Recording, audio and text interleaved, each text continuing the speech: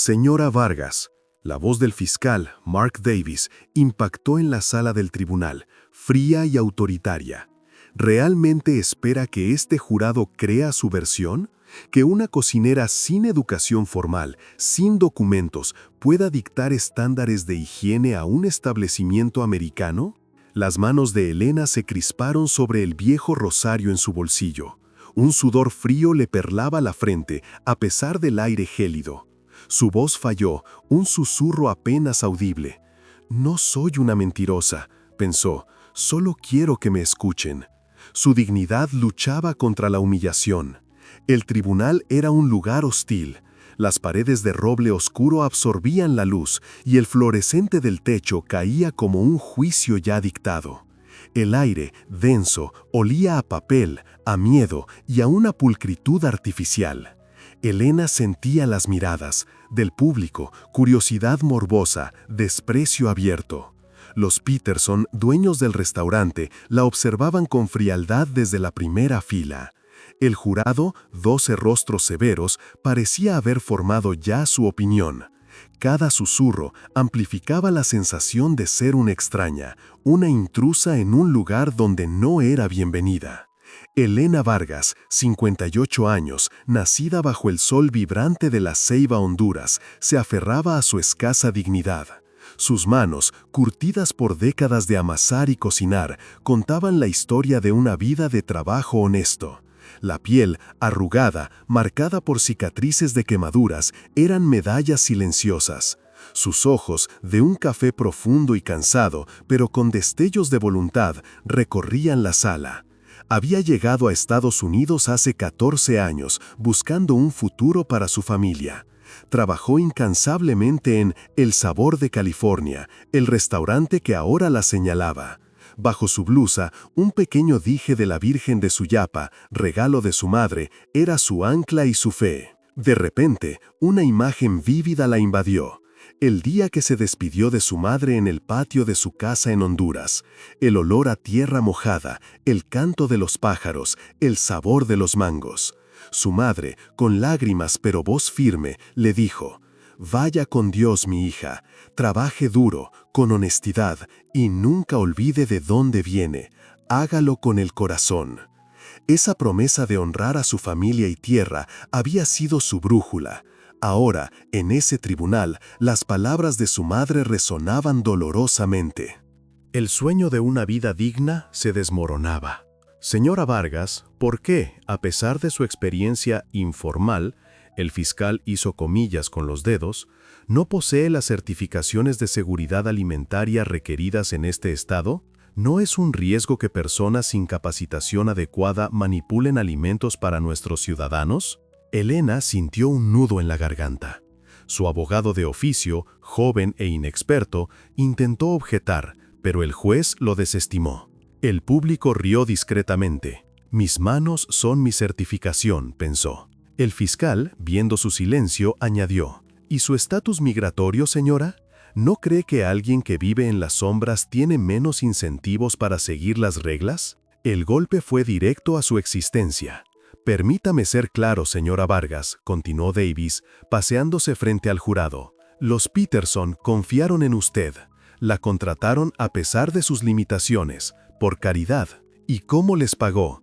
Con negligencia que intoxicó a sus distinguidos invitados. Usted, una cocinera de cocina casera, despreció su arte, pretende que sus métodos son superiores a los de un chef entrenado con estándares americanos. Este no es un mercado de pueblo en su país, señora. Aquí tenemos normas». Elena intentó: «Yo siempre fui la más cuidadosa. Les dije que esos mariscos estaban malos». Pero Davis la interrumpió: «Objeción, su señoría. La testigo divaga». El juez asintió. Elena se sintió silenciada, borrada. Vio a miembros del jurado asentir, convencidos. El fiscal se acercó a unas fotografías de los platos. «¿Y su receta especial de ceviche hondureño, señora Vargas? ¿Está segura de que los ingredientes y la preparación eran adecuados para paladares americanos? ¿O quizás sus métodos tradicionales, digamos, menos refinados, fueron la causa de todo?» La insinuación de que su cultura, su herencia culinaria, era inferior y peligrosa fue la gota. Una lágrima solitaria se deslizó por su mejilla. ¿De verdad todo lo que soy es un error aquí?, se preguntó. Por un instante, la idea de rendirse le pareció un alivio, pero sus ojos se posaron en la foto de su familia en su cartera, sus hijos, sus nietos. No podía rendirse. En resumen, su señoría y miembros del jurado, concluyó el fiscal con suficiencia.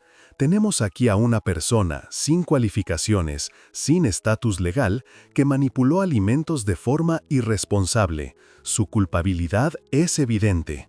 Elena sintió el mundo venirse encima, pero una pequeña llama de rebeldía se encendió. No soy culpable. Y no me van a quebrar. ¿Podría esta mujer, humillada y despojada de su dignidad, encontrar la fuerza para que la verdad saliera a la luz, incluso cuando todo parecía perdido y la balanza de la justicia se inclinaba peligrosamente en su contra? Antes de continuar con esta historia, quisiera pedirles algo muy rápido. Suscríbanse a nuestro canal. Esto nos ayuda enormemente a seguir produciendo estas historias. Y déjenos en los comentarios desde dónde nos escuchan. Nos encanta saber a dónde están llegando nuestras historias. Ahora vamos a continuar con nuestra historia. Elena Vargas nació y creció en La Ceiba, una ciudad vibrante en la costa caribeña de Honduras, donde el aire siempre olía a sal, a pescado fresco y a la promesa de un día caluroso. Su infancia transcurrió entre el bullicio del mercado central, donde su abuela vendía frutas tropicales, y su madre, doña Carmen, era conocida por sus baleadas y su sopa de caracol, la mejor de todo el barrio de La Barra. Desde muy pequeña, Elena se metió en la cocina, un espacio sagrado en su hogar de madera con techo de zinc, donde las risas y los secretos se mezclaban con el aroma de las especias y el chisporroteo del aceite. Su familia era su mundo, sus padres, trabajadores incansables, sus 3 hermanos menores a quienes cuidaba con celo, y su abuela Luisa, una mujer sabia con manos que parecían tener magia para la cocina y para sanar cualquier pena. De ellas aprendió no solo a cocinar, sino a sentir la comida, a entender sus ingredientes, a saber cuándo una tortilla estaba lista con solo tocarla, a distinguir el punto exacto de cocción de los mariscos frescos que traían los pescadores del muelle. No había libros de recetas, solo la tradición oral, el instinto y el amor.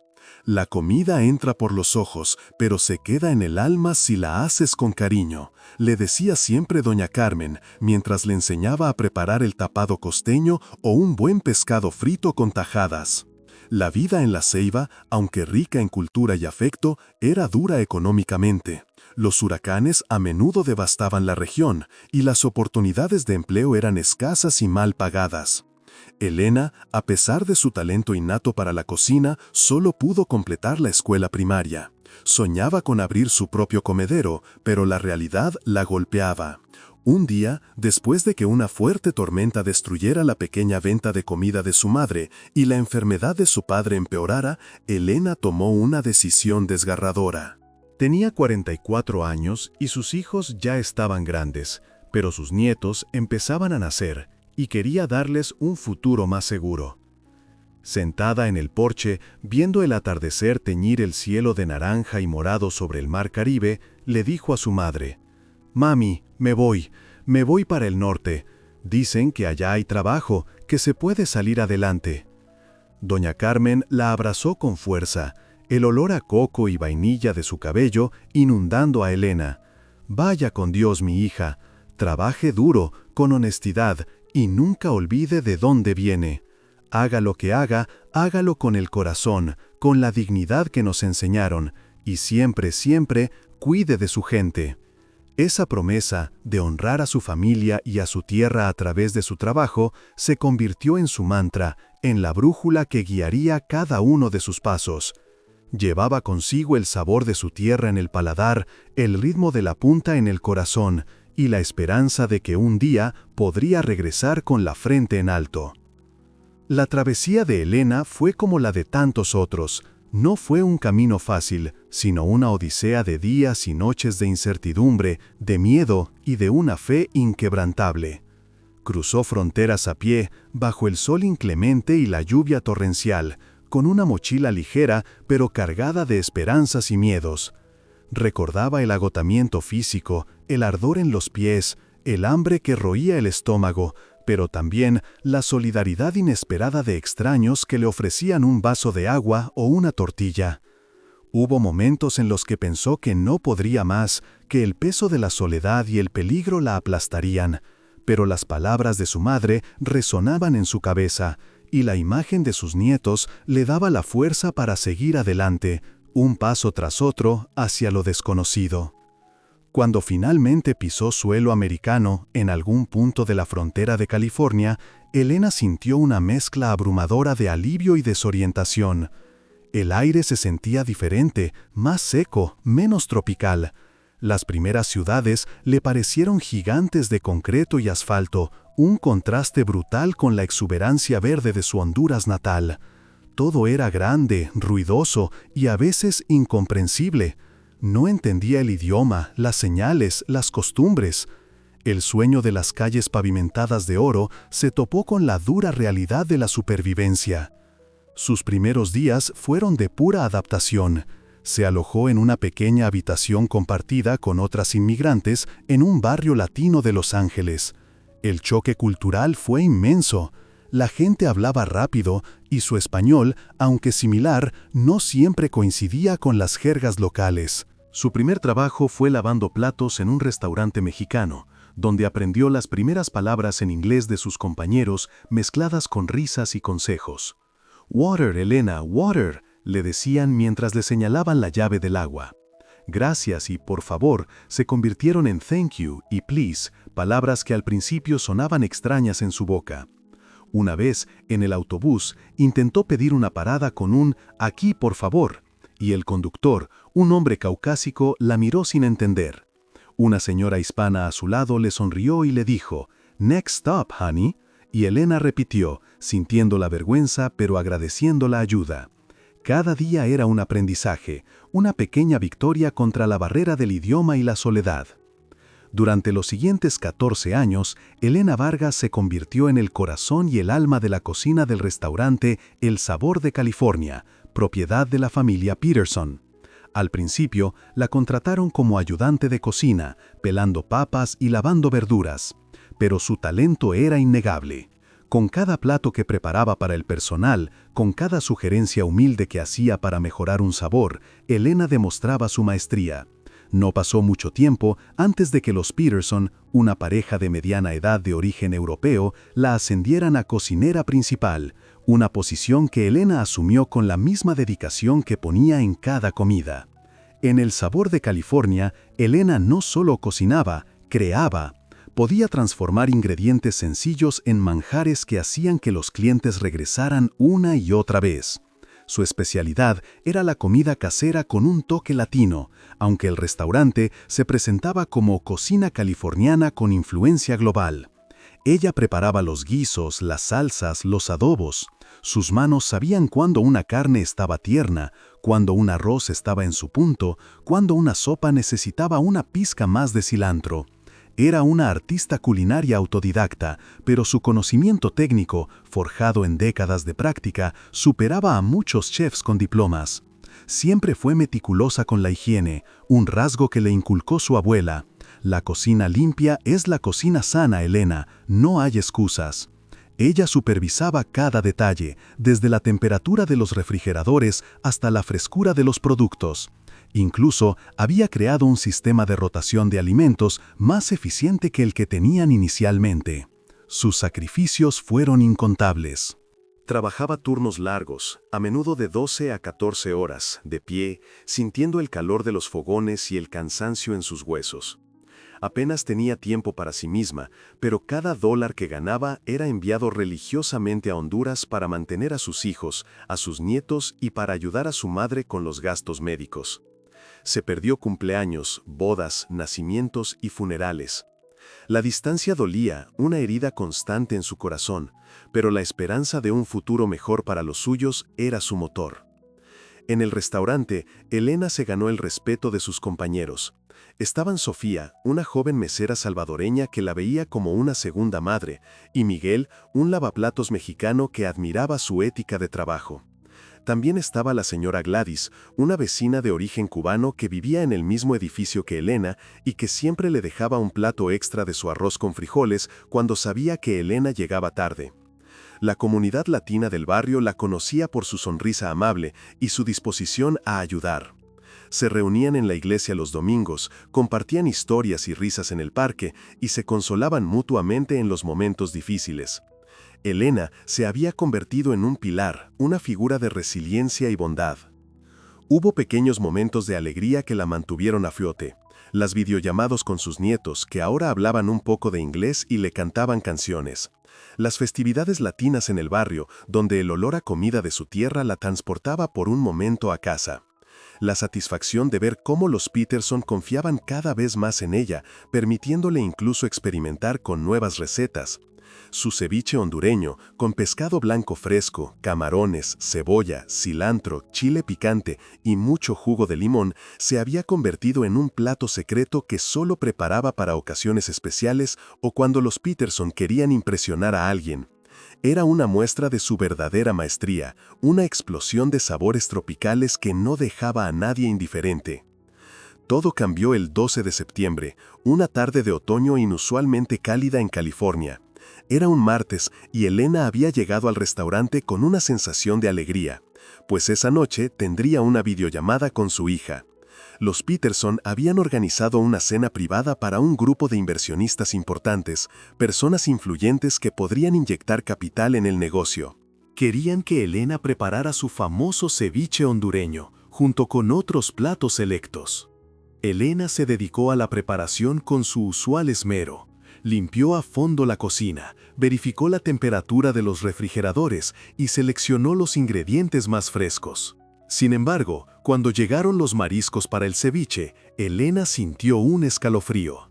Eran camarones y filetes de pescado que los Peterson habían comprado de un proveedor nuevo, más barato, que no era el habitual. Elena notó un olor ligeramente diferente y una textura que no le gustaba del todo. Se acercó a la señora Peterson con el ceño fruncido. «Señora, estos mariscos, no sé, no me dan buena espina. No parecen tan frescos como los de nuestro proveedor de siempre». La señora Peterson, con su habitual aire de superioridad, la desestimó con un gesto de la mano. «Ay, Elena, no sé exagerada. Esos son de un nuevo proveedor que nos recomendó un amigo. Están perfectos, solo prepárelos como usted sabe». Elena, sintiendo una punzada de preocupación, pero sin poder desobedecer una orden directa, procedió a limpiar y preparar los mariscos con el máximo cuidado posible, marinándolos en abundante jugo de limón como siempre hacía. La cena fue un éxito aparente. Los invitados elogiaron la comida, especialmente el ceviche. Elena se fue a casa, cansada pero satisfecha. A la mañana siguiente, sin embargo, su mundo se vino abajo. El teléfono sonó temprano. Era la señora Peterson, su voz fría y dura. Varios invitados de la cena habían sufrido una severa intoxicación alimentaria, algunos incluso hospitalizados. La señora Peterson no dudó ni un segundo. «Fue usted, Elena, su comida, no siguió los protocolos. No sé qué hizo, pero esto es su culpa». Elena quedó en shock. «Pero si yo les dije de los mariscos, señora, yo siempre sigo los protocolos». Pero sus protestas fueron inútiles. La familia Peterson, para protegerse de una demanda y para desviar la culpa de haber usado un proveedor no autorizado, la señalaron directamente. Días después, Elena recibió una notificación oficial. No solo la habían despedido sin liquidación, sino que la acusaban formalmente de negligencia grave, poniendo en riesgo la salud pública. La policía la interrogó en su casa, y aunque no la arrestaron en ese momento, la amenaza legal era palpable. La noticia corrió como pólvora en la pequeña comunidad. Algunos vecinos la miraban con lástima, otros con sospecha. El miedo y la incredulidad se apoderaron de Elena. Era como si 14 años de trabajo honesto y sacrificio se hubieran borrado de un plumazo, reemplazados por una acusación injusta que amenazaba con destruir todo lo que había construido. La vida de Elena se transformó en una pesadilla burocrática y legal. La investigación policial comenzó de inmediato, no como una búsqueda de la verdad, sino como una cacería de un culpable preestablecido. Oficiales del Departamento de Salud y la policía llegaron al restaurante y luego a su modesto apartamento. El interrogatorio inicial fue agotador. Elena, con su español nativo, intentaba explicar su rutina, su estricta higiene, su advertencia sobre los mariscos. «Yo les dije a los señores Peterson que los camarones no se veían bien», insistía, con la voz temblorosa. Pero sus palabras se perdían en la prisa de los oficiales, que apenas hablaban español y usaban un traductor automático en sus teléfonos, a menudo con resultados risibles y frustrantes. Una vez, al intentar explicar que ella marinaba el pescado, el traductor lo tradujo como marina, y el oficial la miró con extrañeza, preguntando si tenía algo que ver con la armada. La barrera del lenguaje fue un muro infranqueable. Cada respuesta de Elena era interpretada a través del filtro de la sospecha y la prisa. Los oficiales parecían más interesados en llenar casillas que en entender la complejidad de la situación. Le preguntaron sobre su estatus migratorio en cada oportunidad, una pregunta que, si bien era legal, siempre venía cargada de un tono de reproche, como si eso validara cualquier acusación. Elena, que siempre había vivido con el temor latente de su situación irregular, sintió cómo esa vulnerabilidad era explotada sin piedad. Días después, la acusación formal llegó por correo. Era un documento grueso, lleno de términos legales en inglés que Elena no entendía. Su vecina, la señora Gladys, se lo tradujo lo mejor que pudo. Acusaciones de negligencia grave, de poner en riesgo la salud pública, de no seguir los códigos de salud. La gravedad de la situación la golpeó con la fuerza de un puñetazo. Podía enfrentar multas enormes y, peor aún, la deportación. El miedo la paralizó. Su primer encuentro con un abogado fue con un defensor público, el joven Javier Rodríguez. Su oficina era pequeña y desordenada, y Javier, aunque amable, parecía abrumado. «Señora Vargas, su caso es complicado», le dijo, frotándose la sien. «Los Peterson tienen recursos y la fiscalía está presionando para dar un ejemplo». Su estatus migratorio no ayuda. Elena se sintió desamparada. Le explicaron el proceso de fianza, la posibilidad de ir a prisión preventiva. La idea de una celda, de estar encerrada y lejos de su familia, le heló la sangre. Afortunadamente, no se dictó detención preventiva, pero la amenaza flotaba en el aire. Las repercusiones en la comunidad no tardaron en llegar. Los rumores corrieron como un reguero de pólvora. Algunos vecinos, aquellos que no la conocían bien, la miraban con recelo. Otros, como la señora Gladys y Sofía la mesera, la defendían a capa y espada, pero sus voces eran minoría. Elena dejó de ir al mercado por un tiempo, avergonzada. Se sentía como una paria, una sombra de la mujer trabajadora que siempre había sido. La soledad se volvió su compañera más fiel. Las semanas previas al juicio fueron una agonía. Elena se reunía con Javier en su pequeña oficina, que olía a café rancio y a papeles viejos. El abogado le explicaba el sistema legal americano, un laberinto de reglas y procedimientos que Elena encontraba incomprensible. En Honduras, si uno sabe que es inocente, lo dice y ya, pensaba. Aquí, la verdad parecía depender de quién la contaba mejor y con más recursos. La dificultad para reunir pruebas era inmensa. Los Peterson habían borrado todo rastro del proveedor no autorizado, y los registros de compra de mariscos de ese día parecían haber desaparecido. Testigos como Sofía y Miguel tenían miedo de hablar en contra de sus empleadores, temiendo perder sus trabajos o enfrentar represalias migratorias. «Elena, yo la quiero mucho, pero tengo que pensar en mi familia», le dijo Sofía con lágrimas en los ojos. Elena lo entendió. Era un sistema que obligaba a la gente a elegir entre su conciencia y su supervivencia. Las barreras lingüísticas seguían siendo un tormento. Los documentos legales eran complejos y los traductores disponibles para Javier no siempre eran los mejores. Muchas veces, Elena sentía que no entendía completamente lo que estaba sucediendo, o que su mensaje no se transmitía con la fuerza y la precisión necesarias.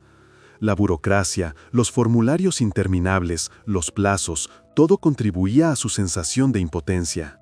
Pero en medio de la oscuridad hubo destellos de luz. La comunidad latina se movilizó.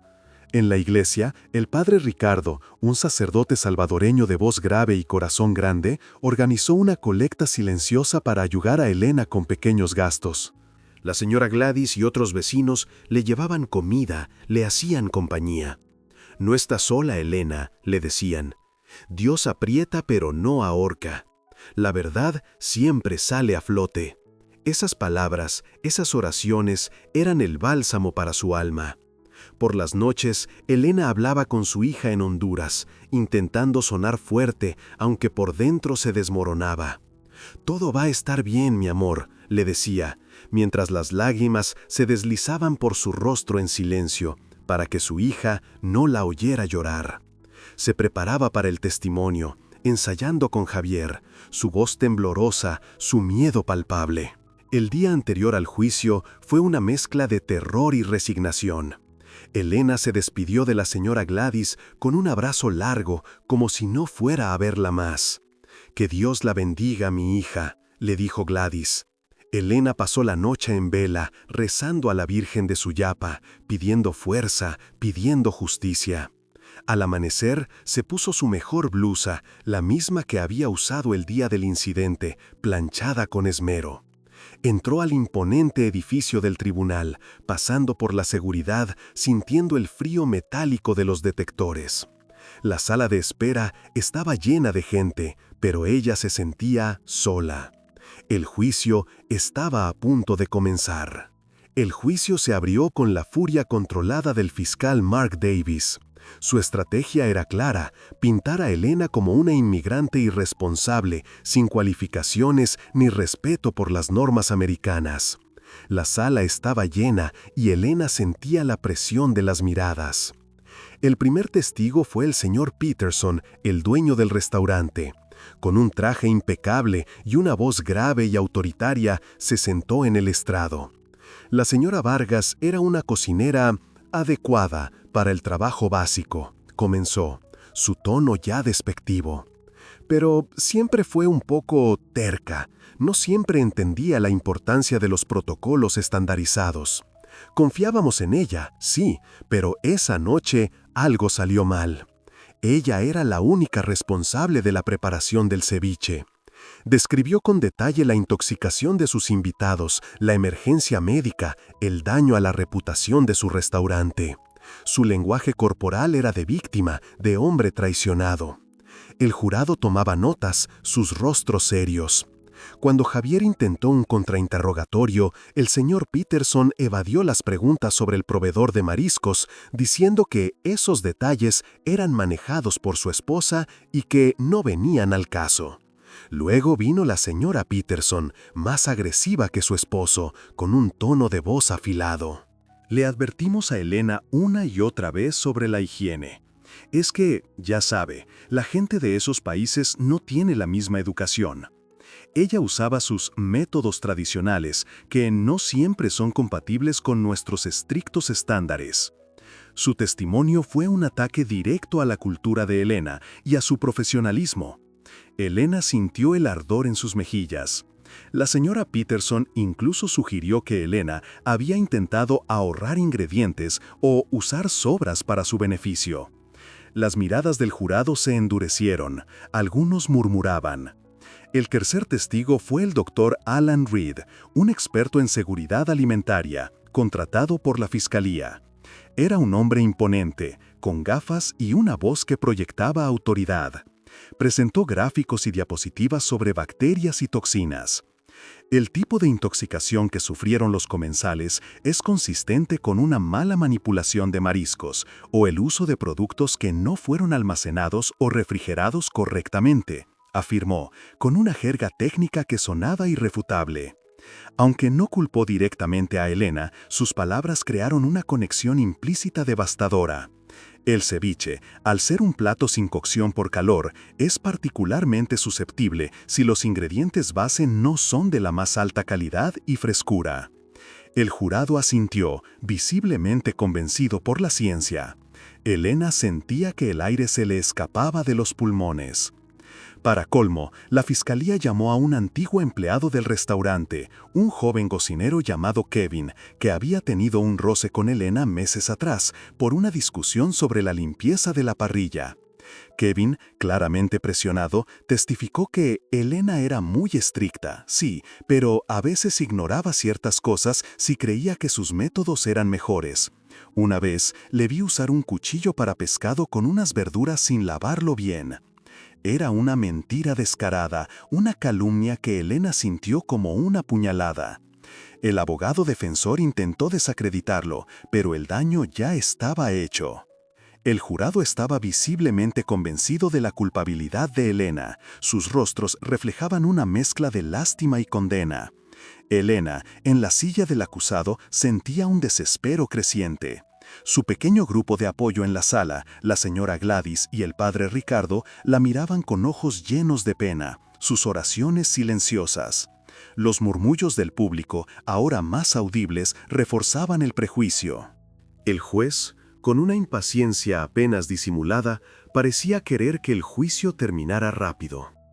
Finalmente, llegó el momento más temido, el testimonio de Elena.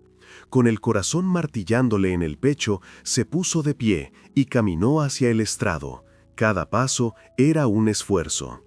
Juró decir la verdad, su voz un hilo apenas perceptible. Javier, su abogado, intentó guiarla con preguntas amables, pidiéndole que contara su historia.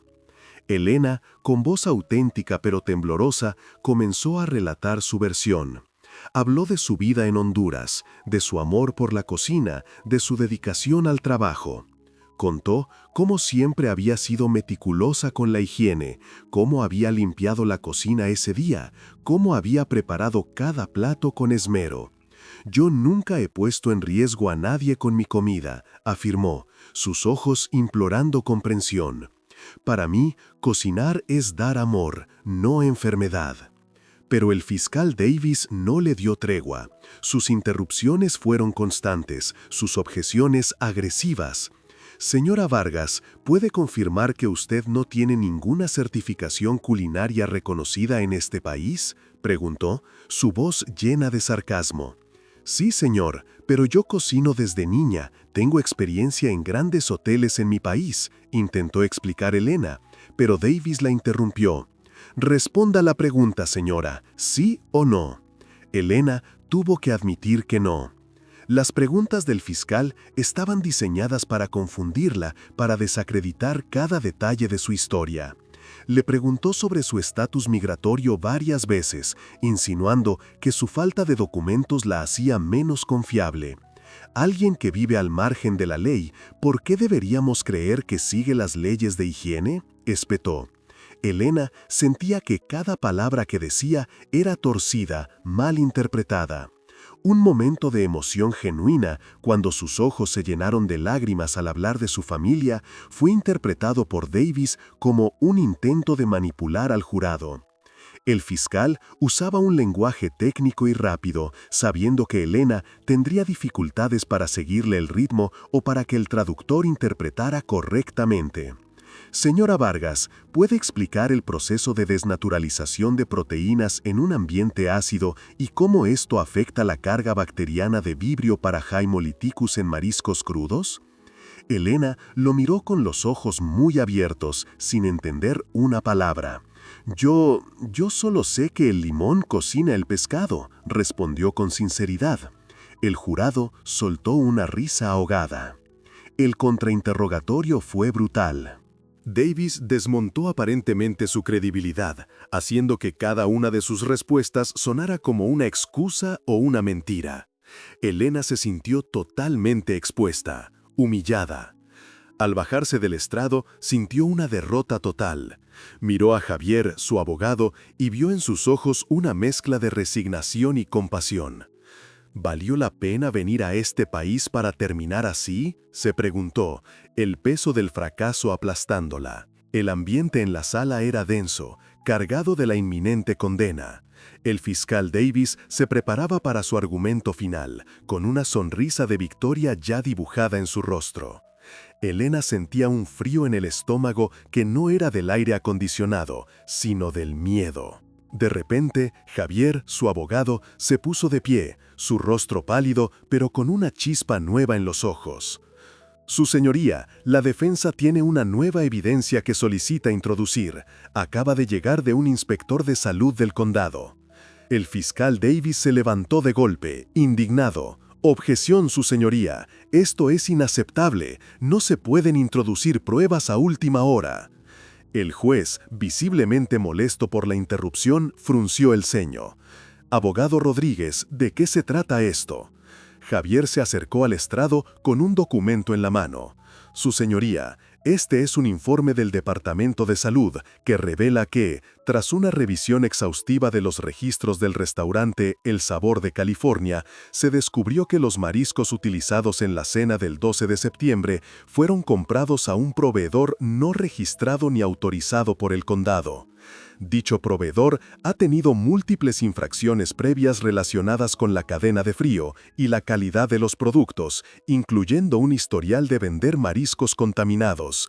La intoxicación no fue por la preparación de la señora Vargas, sino por la calidad del producto base, comprados por los Peterson para ahorrar dinero». Un murmullo se extendió por la sala como un reguero de pólvora. El fiscal Davis estaba lívido. Esto es una patraña, un intento desesperado de desviar la atención. Pero el juez, ahora con una expresión más seria, le pidió a Javier que presentara el informe. El documento, firmado y sellado, detallaba las infracciones del proveedor y confirmaba que los Peterson habían evadido los canales regulares de compra. Elena sintió una chispa de esperanza, pequeña, frágil, pero real. Miró al jurado y por primera vez vio algunas cejas levantarse, algunas miradas de sorpresa. La convicción en sus rostros empezaba a resquebrajarse. El público, que antes murmuraba desprecio, ahora susurraba con una mezcla de sorpresa e indignación. El fiscal intentó desacreditar el informe, alegando que era tardío y posiblemente fabricado. Pero el juez, viendo la seriedad de la evidencia, ordenó un receso inmediato para verificar la autenticidad del documento y para que ambas partes pudieran revisarlo. Durante el receso, Javier se acercó a Elena, sus ojos brillando. «Elena, esto es grande. Esto puede cambiar todo».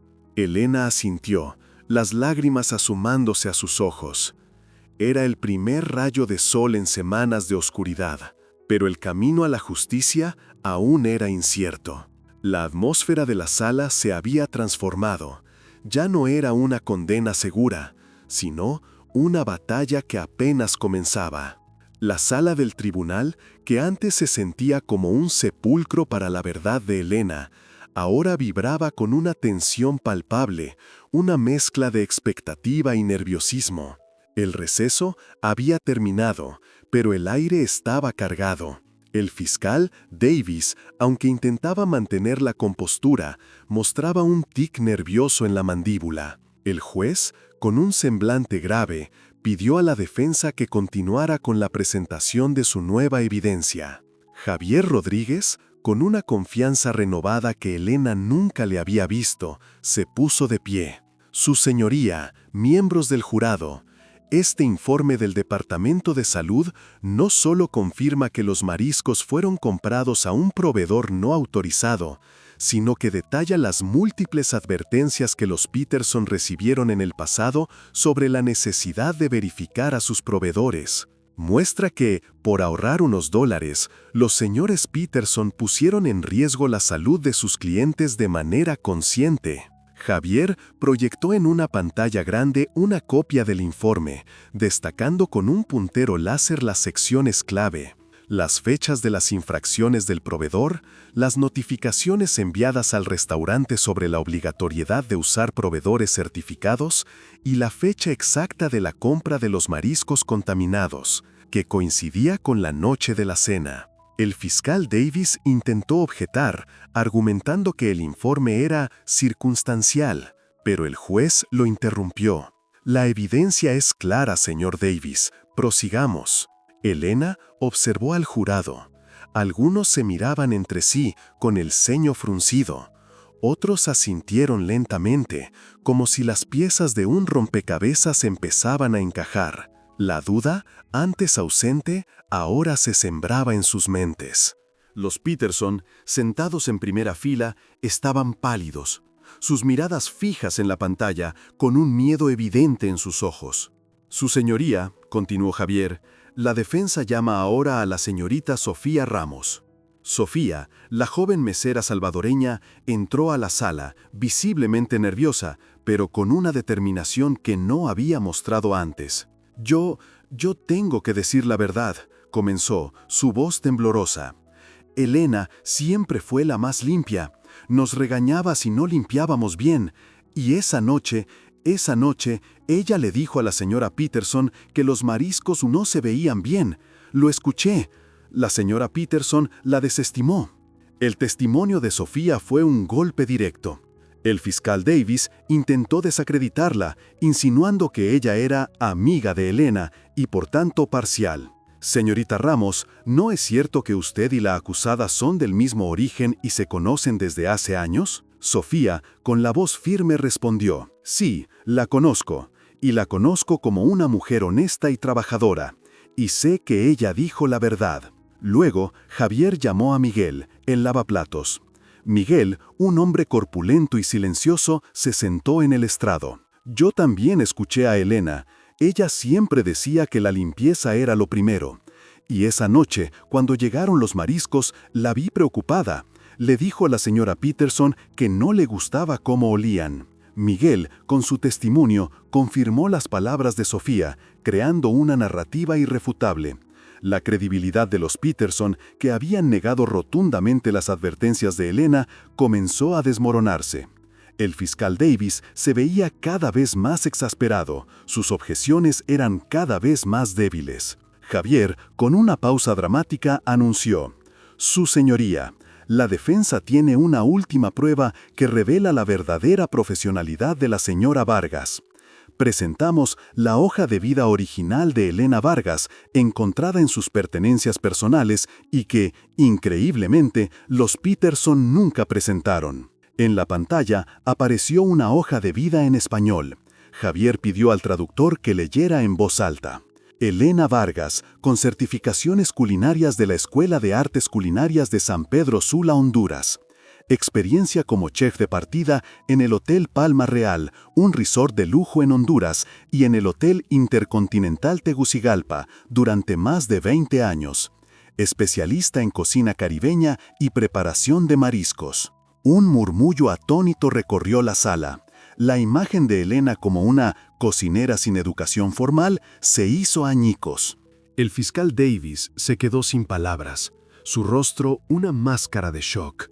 Los Peterson se hundieron en sus asientos, el miedo y la vergüenza evidentes. El jurado miraba a Elena con una nueva luz, una mezcla de asombro y vergüenza por haberla juzgado tan mal. La dignidad de Elena, que había sido pisoteada, ahora resplandecía.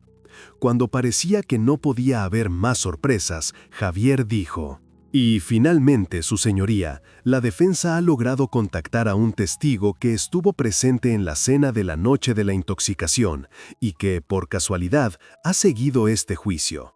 Llamamos a testificar al chef Antoine Dubois».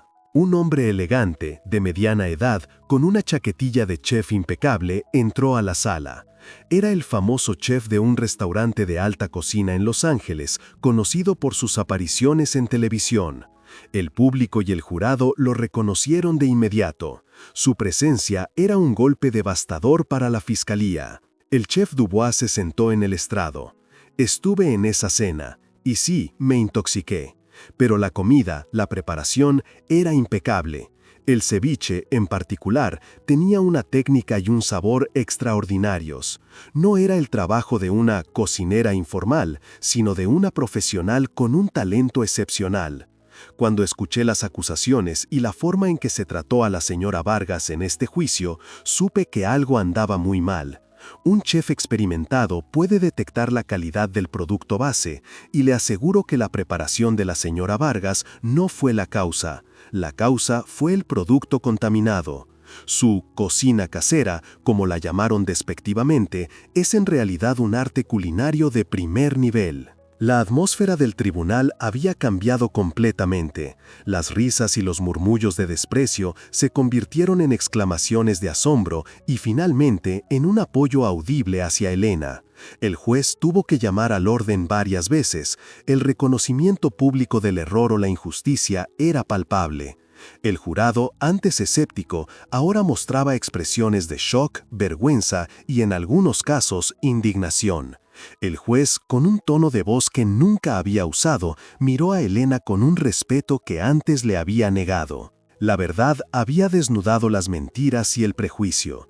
El fiscal Davis, visiblemente derrotado, intentó un último argumento desesperado, balbuceando sobre la cadena de custodia y la responsabilidad final de la cocinera.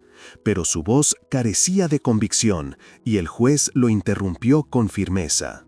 Señor Davis, creo que la evidencia presentada por la defensa ha aclarado suficientemente los hechos. Luego el juez se dirigió a los Peterson con una mirada severa. Señores Peterson, las pruebas demuestran que ustedes, con pleno conocimiento, adquirieron productos de un proveedor no autorizado, poniendo en riesgo la salud de sus clientes y, peor aún, intentaron culpar a una de sus empleadas, una mujer que les advirtió sobre el peligro. Esto es una grave falta ética y legal. Los Peterson, antes tan arrogantes, ahora estaban hundidos en sus asientos, palideciendo. La señora Peterson intentó murmurar una excusa, pero su voz se quebró.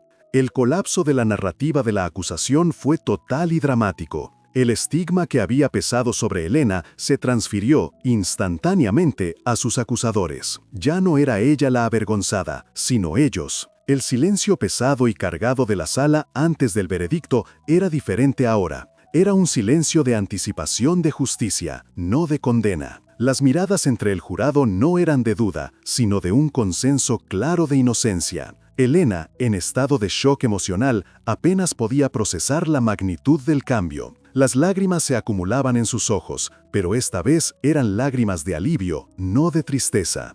El jurado se retiró para deliberar. Para Elena, cada segundo era una eternidad. Oró en silencio, sus manos apretando el rosario. Javier le dio unas palabras de esperanza cautelosa, pero sus ojos reflejaban una confianza que antes no tenía. Después de lo que parecieron horas, pero fueron solo minutos, el llamado llegó. El jurado había alcanzado un veredicto. El corazón de Elena se aceleró, golpeando contra sus costillas como un tambor frenético. El jurado entró, sus rostros ahora serenos, algunos incluso con una leve sonrisa. El juez preguntó si habían llegado a un veredicto. El portavoz del jurado, un hombre de mediana edad, se puso de pie, sosteniendo el sobre sellado. El silencio en la sala era absoluto, tan denso que se podía cortar con un cuchillo. Elena podía sentir el sabor metálico del miedo y la esperanza en su boca, el olor a papel viejo y a la promesa de un nuevo comienzo. «Hemos llegado a un veredicto», dijo el portavoz, su voz clara y firme. En el caso de la gente contra Elena Vargas, por el cargo de negligencia grave y puesta en peligro de la salud pública, encontramos a la acusada, no culpable. La palabra inocente resonó en la sala como un trueno liberador. Elena se quedó paralizada por un segundo, la incredulidad grabada en su rostro. Luego, la comprensión la golpeó como una ola. Sus piernas cedieron y se derrumbó en la silla, cubriéndose la cara con las manos, un torrente de lágrimas incontrolables brotando de sus ojos. No eran lágrimas de tristeza, sino de un alivio tan profundo que le dolía el pecho. Javier la abrazó con fuerza, susurrándole: «Lo logramos, Elena, lo logramos». El padre Ricardo y la señora Gladys corrieron hacia ella, abrazándola, llorando de alegría. La comunidad latina en la sala estalló en gritos de alegría, aplausos y llanto colectivo. Los Peterson, con la cabeza baja, salieron rápidamente de la sala, sus caras rojas de vergüenza. El juez, golpeando el mazo para restablecer el orden, levantó la voz. «La señora Vargas ha sido no culpable de todos los cargos. Y quiero añadir una declaración especial. Este tribunal reconoce no solo la inocencia de la señora Vargas, sino su valor y su contribución a nuestra comunidad. Es evidente que fue víctima de una acusación injusta y maliciosa. Su profesionalidad y su integridad han sido demostradas aquí hoy. Pido disculpas, en nombre de este tribunal, por el trato inicial que recibió. Sus palabras fueron un bálsamo para el alma herida de Elena. La sala, que antes había sido un espacio hostil y frío, ahora se sentía cálida y celebratoria. Elena, con la dignidad completamente restaurada, se puso de pie, secándose las lágrimas. Miró a su abogado, a sus amigos, al jurado que ahora la miraba con respeto. Salió del tribunal con la frente en alto, sus pasos firmes. Afuera, el sol de California brillaba, y Elena Vargas, la cocinera hondureña, miró al cielo, su corazón lleno de una gratitud profunda. La justicia, aunque tardía, había llegado. Los días y semanas que siguieron al veredicto fueron como un torbellino de emociones y acontecimientos. La historia de Elena, la cocinera hondureña injustamente acusada, se extendió como la pólvora. Los medios locales, que antes solo habían reportado la acusación, ahora hablaban de su vindicación. Su historia se volvió viral en las redes sociales de la comunidad latina y el boca a boca hizo el resto. Los días y semanas que siguieron al veredicto fueron como un torbellino de emociones y acontecimientos. La historia de Elena Vargas, la cocinera hondureña injustamente acusada, se extendió como la pólvora. Los medios locales, que antes solo habían reportado la acusación, ahora hablaban de su vindicación. Su historia se volvió viral en las redes sociales de la comunidad latina y el boca a boca hizo el resto. Elena, de repente, era un símbolo de resiliencia y justicia. Una tarde, mientras Elena ayudaba a la señora Gladys a preparar tamales para una venta en la iglesia, su teléfono sonó. Era Javier, su abogado, con una voz que irradiaba emoción. «Elena, ¿estás sentada? Tengo una noticia increíble». Le informó que el chef Antoine Dubois, el mismo chef famoso que había testificado en su juicio, quería hablar con ella.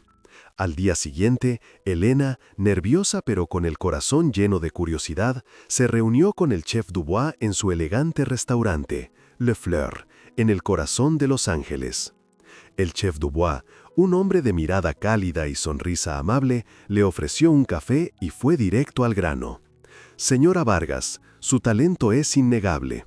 Presencié su juicio y quedé impresionado, no solo por su integridad, sino por su conocimiento culinario.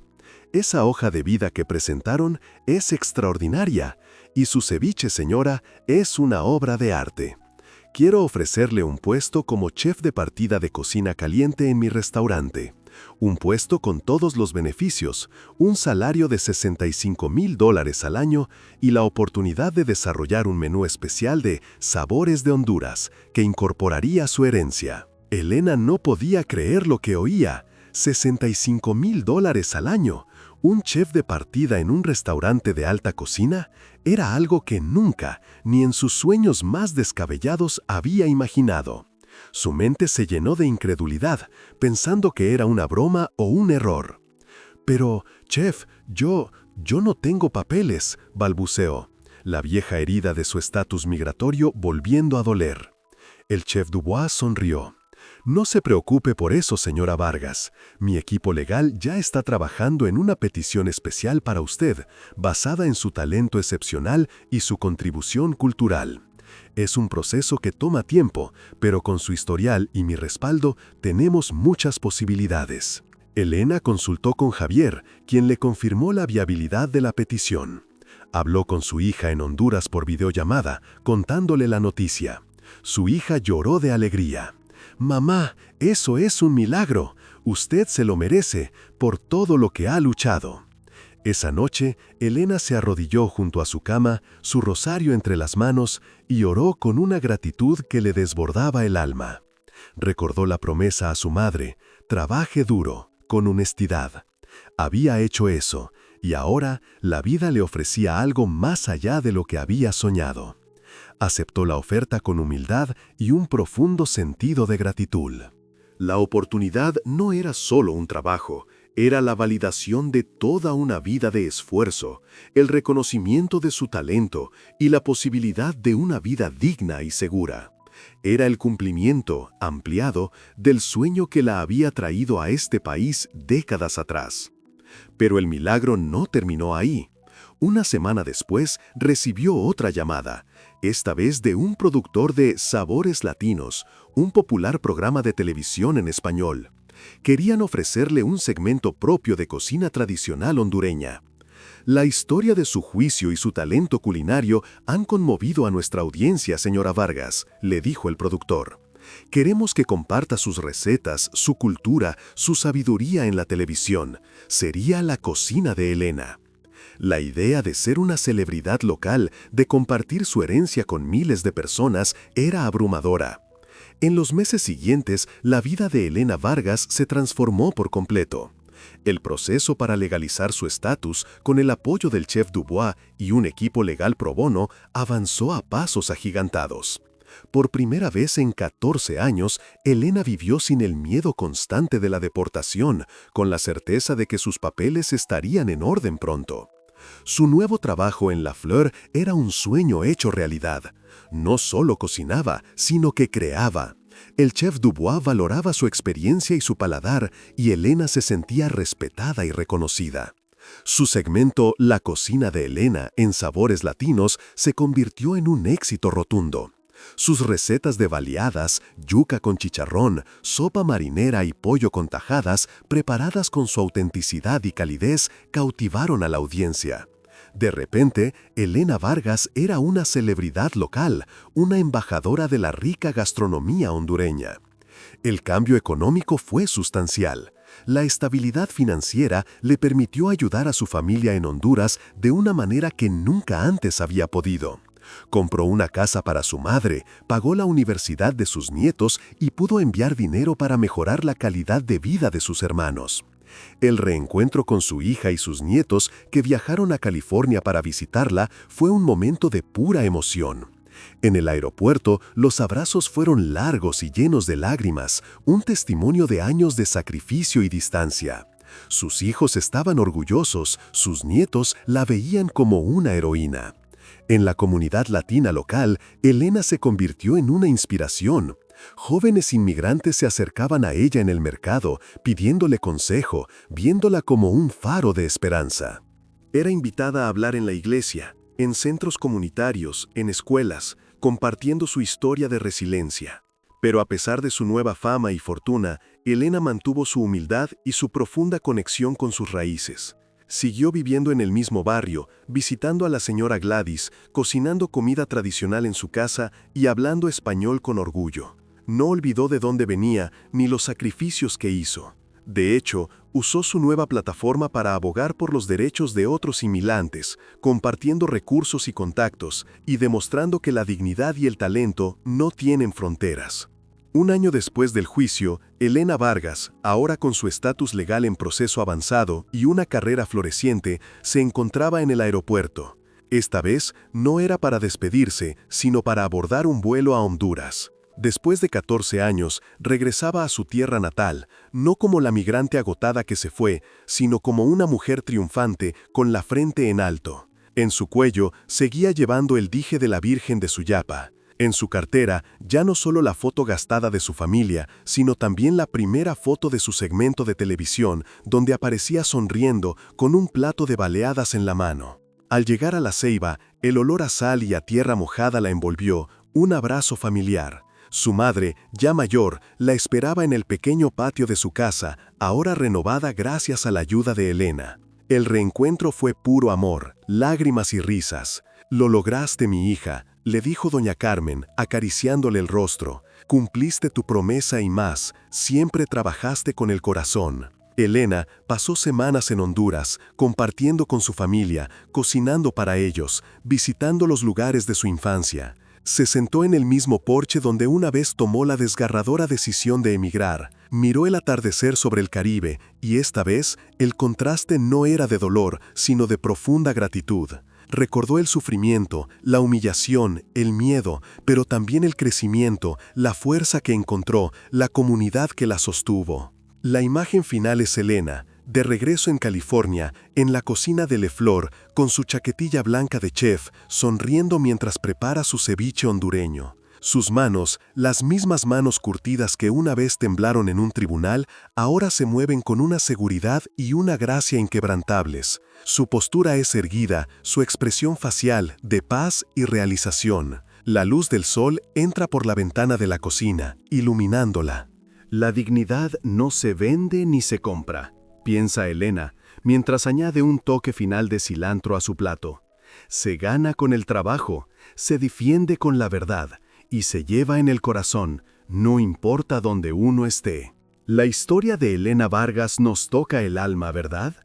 Es el relato de una mujer inmigrante que enfrentó injusticia y humillación, pero nunca perdió su esencia. Su camino, desde la Ceiba hasta los tribunales de California y la televisión, nos deja grandes lecciones. Pero la verdad es que Elena no es un caso aislado. Es el eco de millones de historias, de sus propias historias, de las de nuestros padres, abuelos y vecinos. Es la realidad de tantos latinoamericanos que, como ella, llegaron a este país con un sueño, manos listas para trabajar y un corazón lleno de esperanzas. La vida de Elena Vargas nos recuerda valores que llevamos en la sangre, valores que ustedes, nuestra audiencia, conocen también. Nos habla de la dignidad, ese valor inherente que nadie puede quitar. Del trabajo honesto, la nobleza de sudar la frente por un futuro mejor, sin importar la profesión. De la familia, esa fuerza incondicional que nos motiva a sacrificios impensables, a cruzar fronteras, a soportar la distancia. De la fe, que nos sostiene en los momentos más oscuros, sea en Dios, en la justicia o en la bondad humana. Y por supuesto, de la resiliencia, esa increíble capacidad de levantarse una y otra vez, de sacudirse el polvo y seguir adelante a pesar de las caídas. Cada inmigrante latinoamericano es un ejemplo de coraje, la valentía de dejarlo todo, la fortaleza de empezar de cero, la determinación de seguir adelante y el amor inmenso que motiva cada sacrificio. Es cierto que la discriminación y la humillación son realidades dolorosas y es vital reconocerlas, pero ese dolor no nos define. No somos lo que nos hacen, somos lo que construimos con nuestras manos y corazón.